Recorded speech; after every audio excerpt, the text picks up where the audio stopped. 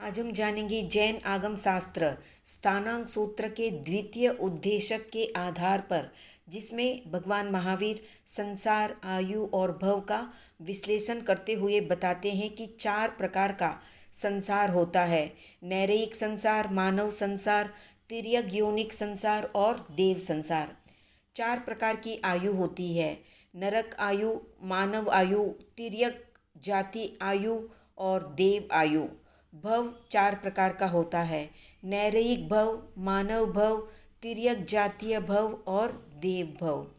तो कसायों पर ही संसार निर्भर करता है। कसाय यानी क्रोधमान मायालोभ। संसार का अर्थ होता है नरक आदि 4 गतियों में परिभ्रमण करना, जैसे जिसमें जीव संसरण अर्थात परिभ्रमण करते हैं वही संसार है।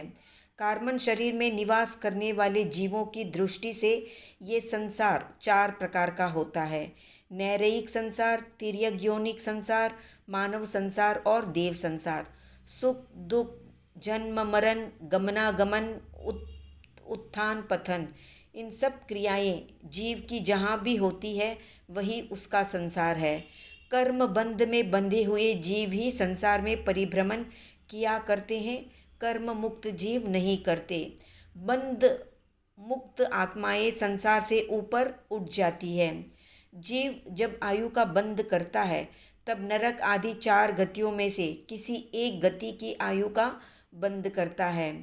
वर्तमान में मनुष्य या तिर्यंच आयु को वो भोग रहा है, फिर भी उसे नैरेयिक ही कहा जाता है, क्योंकि निश्चय ही उसने नरक रूप संसार में जाना है। उसे आगमकारों ने भवी द्रव्य नैरेयिक माना है। जीवन भर के यानी जीवन क्रम के व्यतीत होते हुए क्षण, पल, घड़ी आदि का समूह ही आयु है। आयु का उपभोग 4 गतियों में ही होता है। जो आयु जीव को नरक भव में रखती है वो नरक आयु कहलाती है। इसी प्रकार तिर्यंच आयु का उपभोग करने वाला यानी पशु पक्षी योनि में रहने वाला तिर्यक योनिक संसार में, मनुष्य आयु का उपभोग करने वाला मनुष्य योनिक संसार में और देव आयु का उपभोग करने वाला जीव देव संसार में रहा करता है। जब तक उस भव में भोगने योग्य कर्म को पूर्ण रूप से निर्जरा नहीं कर लेता, तब तक आयु कर्म जीव को उस भव में रोके रखता है। भव का अर्थ है उत्पत्ति, अर्थात जन्म को ही भव कहते हैं। दूसरे शब्दों में बोले तो जिस गति में जीव शुभ और अशुभ कर्मों का फल भोगता है वो भव है। जहाँ भव है वहाँ आयु का सद्भाव निश्चित है।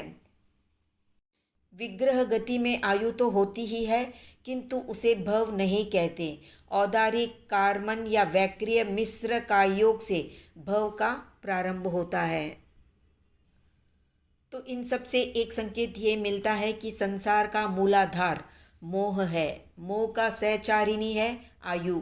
आयु के बिना भव जन्म नहीं होता, भव के बिना शरीर नहीं होता, शरीर के बिना क्रिया नहीं होती और क्रिया के बिना दुख नहीं होता। मोह के नष्ट होने पर दुख का विनाश होना भी निश्चित है।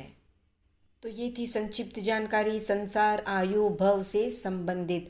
आज का प्रश्न है, पहली नरक का कम से कम कितना आयुष्य है और ज़्यादा से ज़्यादा कितना है, कमेंट में बताएं। वीडियो पसंद आया तो लाइक, शेयर, सब्सक्राइब करें।